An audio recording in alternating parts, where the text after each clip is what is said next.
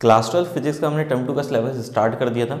पहले वाले लेक्चर के अंदर हमने सिर्फ उसे बेसिक सा कुछ समझा था, जैसे कि रिफ्लेक्शन ऑफ लाइट क्या होता है, और उसी से रिलेटेड फिनोमेनन को समझा था, जिससे लॉ समझ लिए हैं, और incident ray, reflected ray, normal, angle of incidence, angle of reflection, और पॉइंट ऑफ इंसिडेंस क्या होते हैं, कुछ छोटी मोटी टर्मिनोलॉजी समझी थी।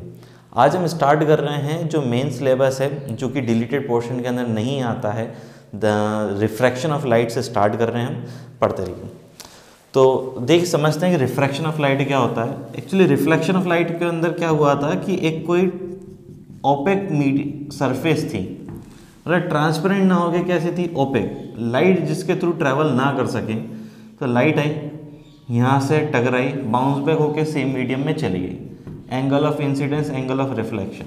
तो हमने बोला था भैया कि एंगल ऑफ इंसिडेंस जो है I इक्वल टू R होता है, ये फर्स्ट लॉ हो गया। सेकेंड लॉ ये बोला था हमने कि incident ray, normal and reflected ray all lies in the same plane.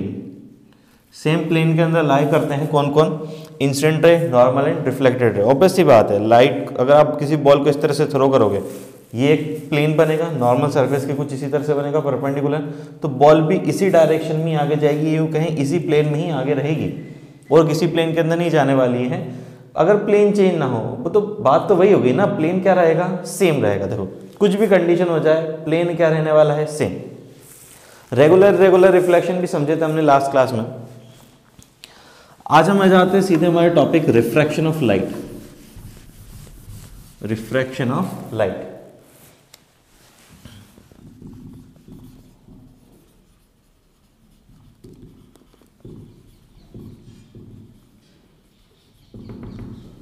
Refraction of light क्या कहता है, जैसे हमारे पास एक कोई ऑप्टिकली एक्टिव मीडियम हो। ऑप्टिकली एक्टिव मतलब कि जिसमें से लाइट ट्रेवल कर सके, ठीक है। तो एक ऑप्टिकल मीडियम से लाइट अगर दूसरे ऑप्टिकल मीडियम में जाती है, मतलब कि ऐसे मीडियम से जहाँ पे लाइट ट्रेवल कर सके, ऐसे दूसरे मीडियम में लाइट ट्रेवल करती है, उसमें भी लाइट को ट्रेवल करना होना चाहिए।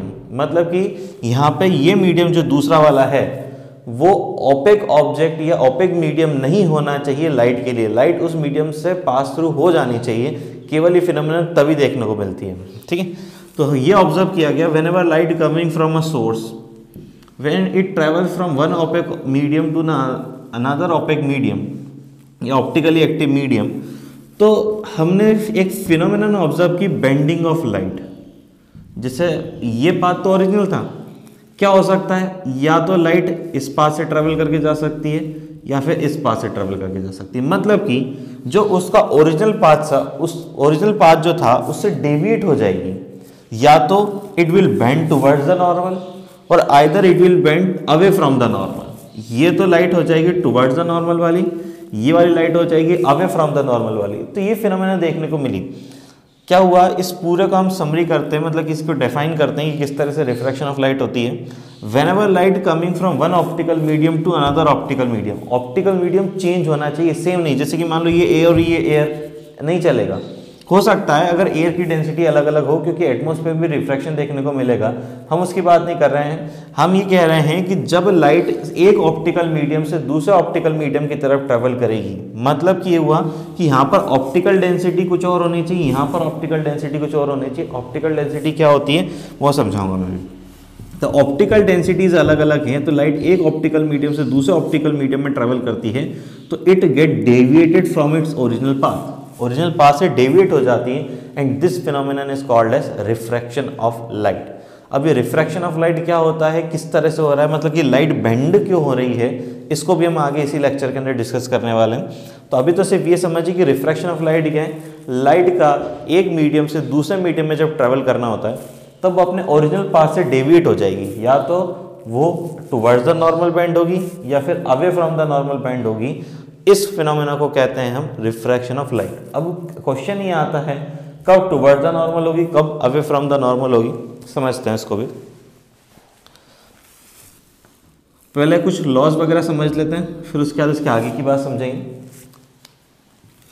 So let us assume that ये हमारा एक मीडियम है, ये दूसरा मीडियम हो गया। लाइट को ट्रैवल करना चाहिए था इस पाथ से, यहाँ से ट्रैवल करते जा रही है, ये हो जाएगा angle of refraction.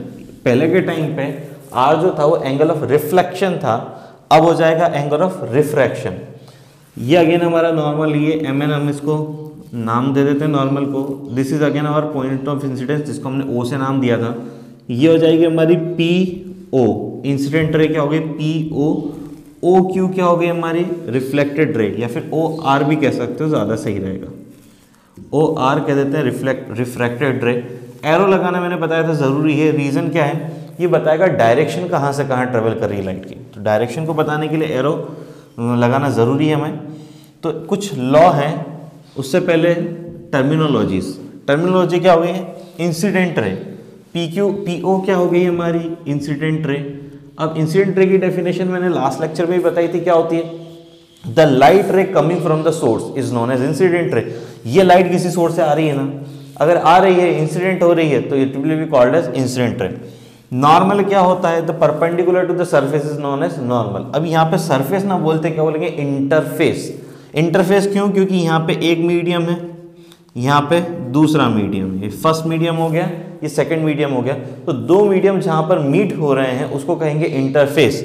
So the normal या perpendicular to the interface is known as normal. चाहे तो आप डेफिनेशन नोट भी कर सकते हैं, the perpendicular, the imaginary perpendicular to the interface is called as normal. और नेक्स्ट होती है रिफ्रैक्टेड रे। सेकंड तो हो गया था नॉर्मल, MN इसका नाम था। थर्ड है हमारी रिफ्रैक्टेड रे। अब क्या होती है रिफ्रैक्टेड रे, ये जो हमारी OR है, ये क्या है रिफ्रैक्टेड रे। After refraction the light travel into the second medium. Refraction के बाद जो लाइट सेकेंड मीडियम में ट्रेवल करती है उसको हम सीधे सीधे क्या कहते हैं, रिफ्रैक्टेड रे। और either it will bend towards the normal और अवे फ्रॉम द नॉर्मल, या तो वो टुवर्ड द नॉर्मल बेंड होगी या फिर वो away from the normal bend होने वाली है। अब इसका केस समझ लेते हैं कि कब टुवर्ड द नॉर्मल बेंड होगी, कब away from the normal bend होगी। Whenever there is a air, या हम कहें रेरर मीडियम। एयर, जैसे एक एग्जांपल के लिए हमने क्या ले लिया, एयर, वो कैसा है रेरर मीडियम। क्यों, क्योंकि हमने यहां पर क्या लिया है वाटर, तो ये हो जाएगा डेंसर मीडियम। क्या बताया हमने कि जब हमारे पास एक कोई रेरर मीडियम है और यहाँ पर डेंसर मीडियम है, कब कहेंगे रेरर मीडियम में, कब कहेंगे डेंसर मीडियम है, ऑप्टिकल एक्टिविटी के बेसिस पे। ऑप्टिकल एक्टिविटी में का मतलब ये हुआ है कि लाइट अगर किसी मीडियम में फास्ट ट्रेवल कर रही है, जैसे कि स्पीड ऑफ लाइट क्या होती है, स्पीड ऑफ लाइट, इसको c से रिप्रेजेंट करते हैं, which is equal to 3 × 10⁸ metre per second. अगर कोई मीडियम में लाइट इस स्पीड से ट्रैवल कर रही है, 3 × 10⁸ मीटर पर सेकेंड से ट्रैवल कर रही है, तो वो क्या हो जाएगा रेयरेस्ट मीडियम, मतलब कि उसकी ऑप्टिकल डेंसिटी सबसे कम होगी। और जैसे जैसे स्पीड ऑफ लाइट डिक्रीज होती जाती है, ऑप्टिकल डेंसिटी बढ़ती जाती है। तो यूं कह लें optical density is inversely proportional to the speed of light, या यूं भी कहना ठीक होगा कि speed of light is inversely proportional to the optical density. Optical density का मतलब आप ये समझें, वैसे एक्चुअली वो जो नॉर्मल डेंसिटी हमने पढ़ा है मास अपॉन वॉल्यूम, एग्जैक्टली वो तो नहीं है, लेकिन मैक्सिमम केसेस में ऑप्टिकल डेंसिटी और डेंसिटी सेम हो जाती है। कुछ कुछ केस ऐसे होते हैं जिसमें कि ऑप्टिकल डेंसिटी कम रहती है लेकिन डेंसिटी ज़्यादा रहती है। कभी कभी ऐसा होता है कि ऑप्टिकल डेंसिटी ज़्यादा है लेकिन डेंसिटी उसकी कम है। तो इस तरह के केसेस भी हम डिस्कस करेंगे। लेकिन अभी तो आप यूँ समझे कि किसी मीडियम की अगर जो डेंसिटी अपन ने मास डेंसिटी पढ़ी है, मास डेंसिटी कम है, तो उसकी जो ऑप्टिकल डेंसिटी है वो भी क्या होगी, कम होगी। अभी केवल इतना सा समझें, जहाँ पे एक्सेप्शन होगा वहाँ पर हम बता देंगे कि किस जगह एक्सेप्शन है। तो एयर की डेंसिटी कम है, वाटर की डेंसिटी कौन सी, मास डेंसिटी कम है, तो इसकी ऑप्टिकल डेंसिटी भी अभी कम होगी, यहाँ पर ऑप्टिकल डेंसिटी ज़्यादा होगी। तो जिस मीडियम की ऑप्टिकल डेंसिटी कम है उसे हम कहेंगे रेरर मीडियम, और जिस मीडियम की ऑप्टिकल डेंसिटी ज़्यादा है उसे हम कह देंगे डेंसर मीडियम। यह ऑब्जर्व किया गया कि जिस मीडियम की ऑप्टिकल डेंसिटी कम होती है, या यूं कह दें कि जो मीडियम रेरर होता है वहाँ पे स्पीड ऑफ लाइट ज़्यादा होती है, और जहाँ पर ऑप्टिकल डेंसिटी ज़्यादा है, या यूं कह दें कि जो डेंसर मीडियम है वहाँ पर स्पीड ऑफ लाइट क्या होती है, कम हो जाती है, डिक्रीज हो जाती है। तो इस तरह से भी हम डिफाइन कर सकते हैं कि ऑप्टिकल डेंसिटी जहाँ पर ज़्यादा है वो आ जाएगा हमारा डेंसर मीडियम, जहाँ कम है वो हो जाएगा रेयर मीडियम, जहाँ पे स्पीड ऑफ लाइट ज़्यादा है वो हो जाएगा रेयर मीडियम, जहाँ पे स्पीड ऑफ लाइट कम होती है वो हो जाएगा हमारा डेंसर मीडियम। तो इस तरह से हमने डिफाइन करा है हमारे रिफ्रैक्शन को। यहाँ पे जितनी भी टर्मिनोलॉजीज थी वो सारी हमने समझ ली कि रेयर मीडियम, डेंसर मीडियम वगैरह क्या होता है। अब एक क्वेश्चन जो आ रहा था कि कब light towards the normal bend होगी, कब away from the normal bend होगी। तो हमने देखा whenever light travel from rare to denser medium, rare से डेंसर मीडियम में ट्रेवल करेगी तो it will bend towards the normal, towards the normal bend होगी। और यहीं उसका उल्टा कर दें कि डेंसर से रेयर मीडियम में ट्रेवल कर रहे हैं तो it will travel away from normal. मतलब कि यहां पर रेयर से डेंसर मीडियम में लाइट ट्रेवल कर रही है तो it will is bending towards the normal. और यहीं अगर हम इसका दूसरा केस देख लें, ये M2 मीडियम था, एक छोटा सा डायग्राम बना रहे हैं। ओरिजिनल बात ये है, ये हमारा जैसे मान लो वाटर हो गया है, ये हमारी एयर हो गई है। एयर, ये वाटर है, ये एयर है। Water behaving as a denser medium with respect to air. अब एक्चुअली क्या है कि जैसे वाटर ने यहाँ पर डेंसर मीडियम की तरह बिहेव करा है, तो ऐसा नहीं होगा कि वाटर हमेशा डेंसर होगा, वो कभी कभी रेयर मीडियम की तरह भी बिहेव कर सकता है। कब करेगा, वेट करना।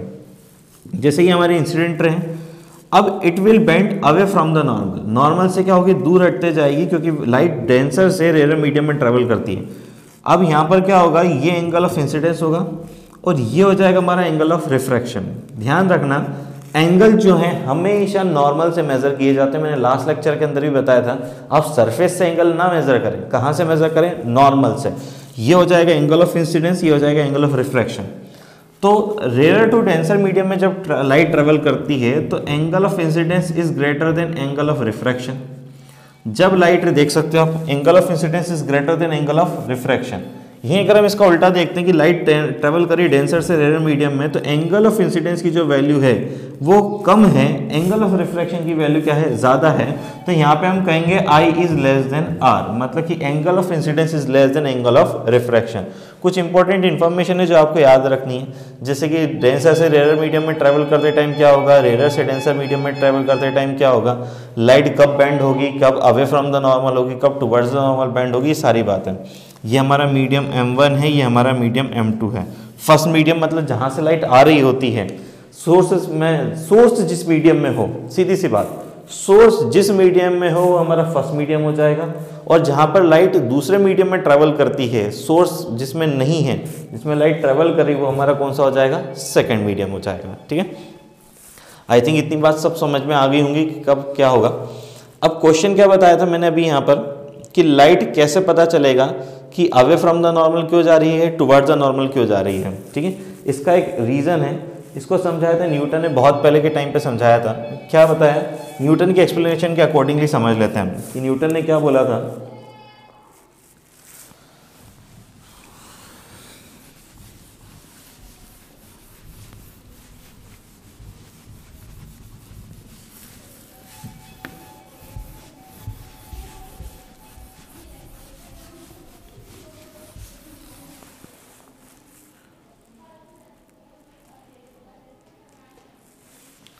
न्यूटन ने बोला था लाइट जब एक ऑप्टिकल मीडियम से दूसरे ऑप्टिकल मीडियम में ट्रेवल करती है, एक ऑप्टिकल मीडियम से जब दूसरे मीडियम ऑप्टिकल मीडियम में ट्रेवल करती है, तो पॉइंट ऑफ इंसिडेंस पर, इंटरफेस में जब पॉइंट ऑफ इंसिडेंस होता है उस पॉइंट पर उसको दो डायरेक्शन में फोर्स लगता है, एक तो हॉरिजॉन्टल डायरेक्शन में और एक वर्टिकल डायरेक्शन में। जब हॉरिजॉन्टल डायरेक्शन वाला फोर्स हायर होता है, ये हायर मैग्नीट्यूड का होता है, और वर्टिकल डायरेक्शन वाला फोर्स लोअर मैग्नीट्यूड का होता है किसी केस में, तो लाइट जो है वो away from the normal band हो जाती है। और ये किस केस में देखने को मिला, जब लाइट डेंसर से रेयर मीडियम में ट्रेवल कर रही थी। दूसरे कंडीशन में क्या होगा कि लाइट अगेन एक ऑप्टिकल मीडियम से दूसरे ऑप्टिकल मीडियम में ट्रेवल कर रही है, तो यहाँ पे भी एक तो फोर्स लगेगा हॉरिजॉन्टल डायरेक्शन में, एक फोर्स लगेगा वर्टिकल डायरेक्शन में, तो जब उस पे वर्टिकल डायरेक्शन वाला फोर्स हायर मैग्नीट्यूड का होता है as compare to horizontal direction force, तब लाइट जो है यहाँ पर ट्रेवल कर जाती है। ये न्यूटन ने समझाया था। ये एंगल ऑफ इंसिडेंस, ये angle of refraction, this is angle of incidence, this is angle of refraction. फिर उसके बाद हाइगर ने भी इस थ्योरी को समझाया, वो हम जो नेक्स्ट चैप्टर होगा वेव ऑप्टिक्स उसमें समझेंगे कि किस तरह से होता है, लेकिन शुरुआत में इस तरह से समझाएगा कि हॉरिजॉन्टल और वर्टिकल डायरेक्शन में फोर्स लगते हैं। अब ये हॉरिजॉन्टल वर्टिकल डायरेक्शन में फोर्स किस वजह से लग रहे हैं वो अभी एक्चुअली हमें डिस्कस नहीं करना है, क्योंकि इतनी ज़्यादा डिटेल में जाएंगे तो पीएचडी करने वाला काम नहीं है। तो केवल अभी इतना ही समझ लें कि हॉरिजॉन्टल वर्टिकल डायरेक्शन वाले फोर्स हैं, जब इधर वाला वर्टिकल डायरेक्शन वाला मैग्नीट्यूड हायर होगा तो ऑब्वियस सी बात है बॉडी इस डायरेक्शन में जाएगी और लाइट जो इस डायरेक्शन में ट्रेवल करेगी। जब हॉरिजॉन्टल डायरेक्शन वाला फोर्स हायर मैग्नीट्यूड का है as compare to vertical, then light will move away from the normal. इस तरह से लाइट ट्रेवल करते हुए जाती है। ठीक है, नेक्स्ट समझते हैं लॉज ऑफ रिफ्रैक्शन देखते हैं। एक्चुअली उस टाइम पे हमने लॉज ऑफ रिफ्रैक्शन डिस्कस नहीं किए थे। नेक्स्ट समझते हैं laws of refraction.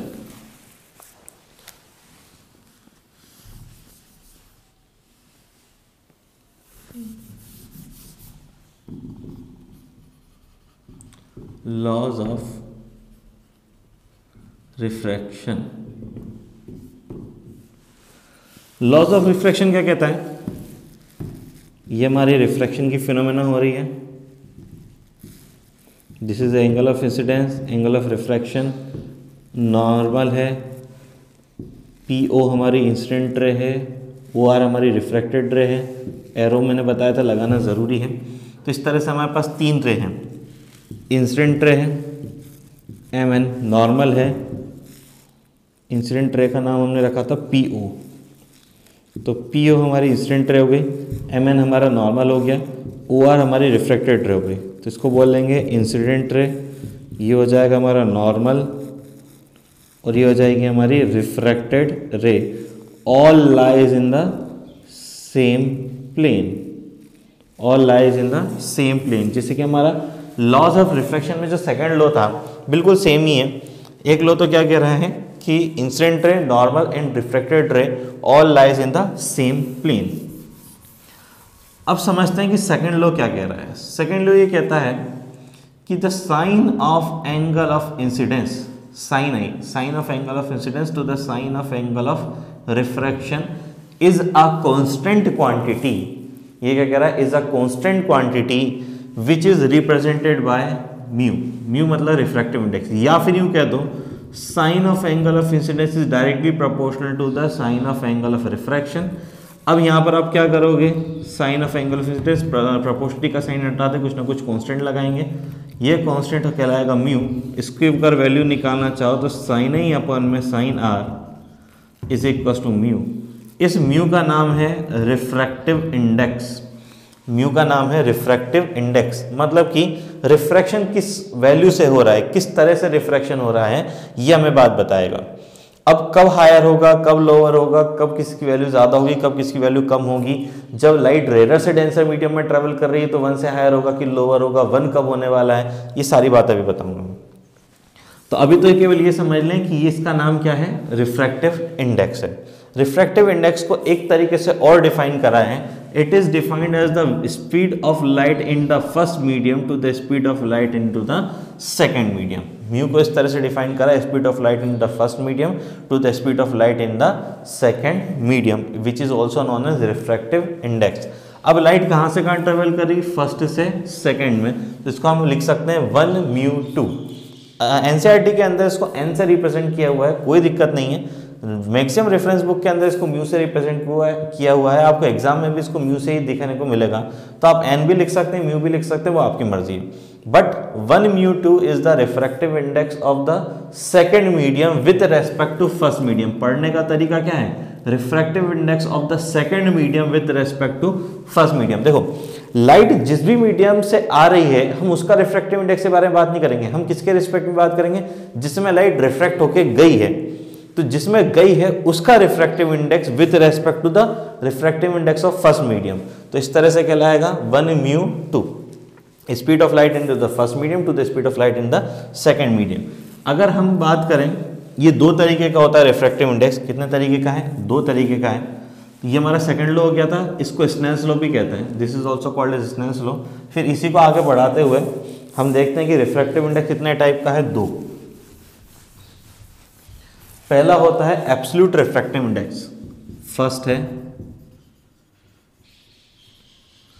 Absolute refractive index,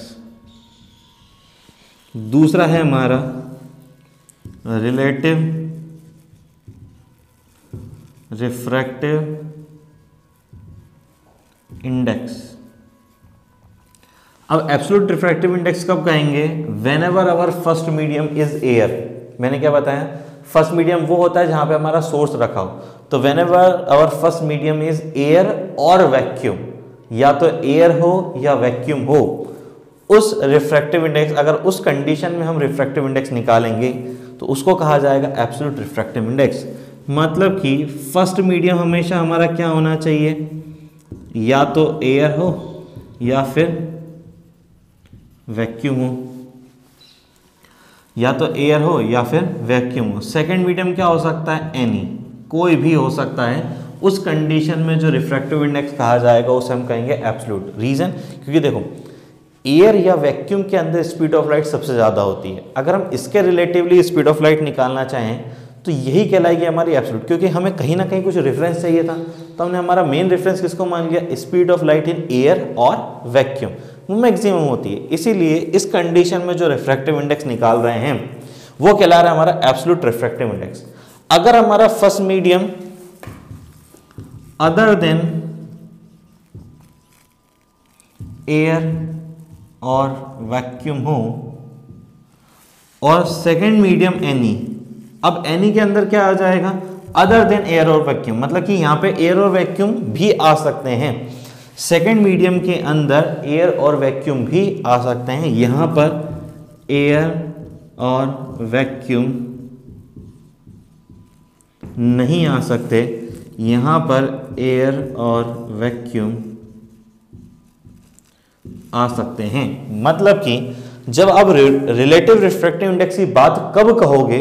जब आपका फर्स्ट मीडियम एयर और वैक्यूम के अलावा कुछ भी हो, और सेकंड मीडियम तो कुछ भी हो सकता है, मतलब कि एयर में भी जा सकती है। जैसे कि मान लो एग्जांपल के लिए लाइट हमारे पास आ रही है कहाँ से? एयर से, ट्रेवल कर रही वाटर में।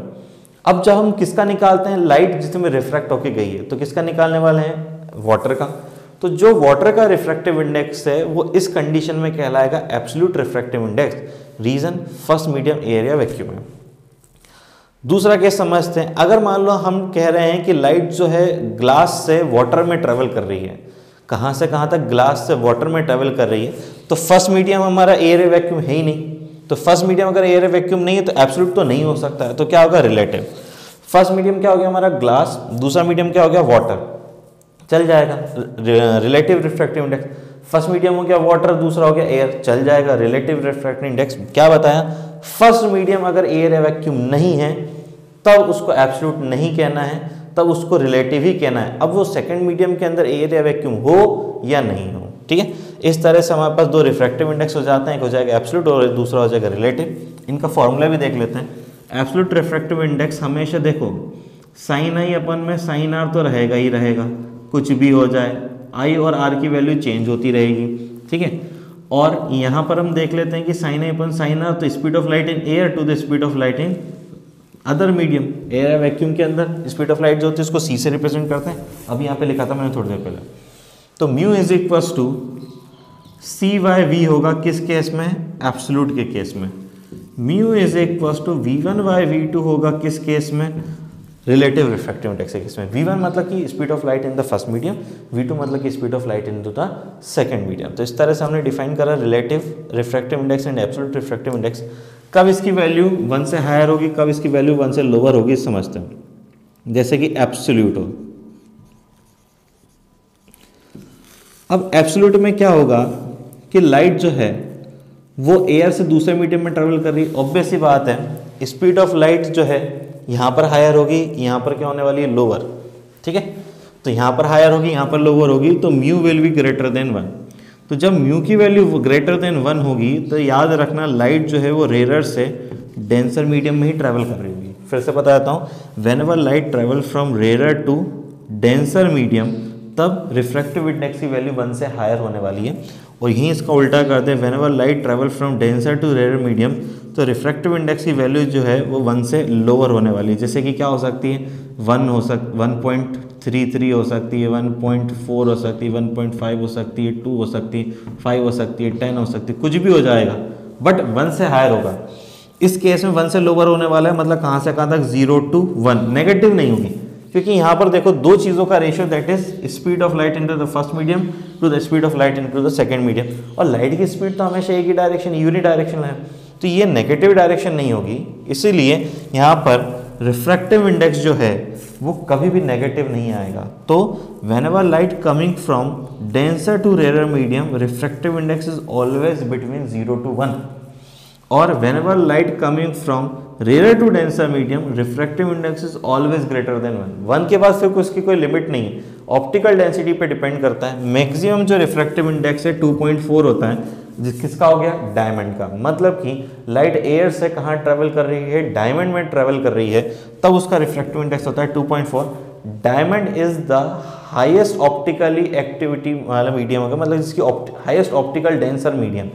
हाईएस्ट ऑप्टिकल डेंसर मीडियम मतलब ये हो जिसकी ऑप्टिकल डेंसिटी सबसे ज़्यादा है। इससे ज़्यादा अभी तक हमें कोई ऐसा मीडियम मिला नहीं है जिसकी ऑप्टिकल डेंसिटी इससे ज़्यादा हो। तो मैक्सिमम ऑप्टिकल डेंसिटी यहाँ तक है, इससे ज़्यादा भी हो सकती है अगर आप कोई ऐसा मीडियम बना ले जिसकी ऑप्टिकल डेंसिटी डायमंड से भी ज़्यादा हो, तो भी पॉसिबल है। तो 0 से 1 में कब होगा, जब लाइट डेंसर से रेयर मीडियम में ट्रैवल कर रही है, और ग्रेटर देन 1 कब होगा, और मैक्सिमम कितना अभी तक हम अचीव कर रहे हैं 2.4 तक, जब लाइट रेयर से डेंसर मीडियम में ट्रैवल कर पा रही है। तो इस तरह से आज हमने बहुत ही बेसिक सी टर्मिनोलॉजी या बेसिक सी चीज़ें समझी हैं रिफ्रैक्शन ऑफ लाइट के बारे में। फिर हमने समझा कि लॉस ऑफ रिफ्रैक्शन क्या होते हैं, रिफ्रैक्टिव इंडेक्स को समझा, रिफ्रैक्टिव इंडेक्स कितने टाइप का होता है, वैल्यूज़ क्या क्या होती हैं, जब लाइट रेयर से डेंसर मीडियम में ट्रैवल करेगी तब क्या वैल्यू लेंगे, जब लाइट डेंसर से रेयर मीडियम में ट्रैवल करेगी तब क्या वैल्यू लेंगे। इस तरह से आज हमने बेसिक सा पार्ट कंप्लीट किया। इसके बाद हम नेक्स्ट वीडियो में पढ़ेंगे। Okay, thank you, keep studying.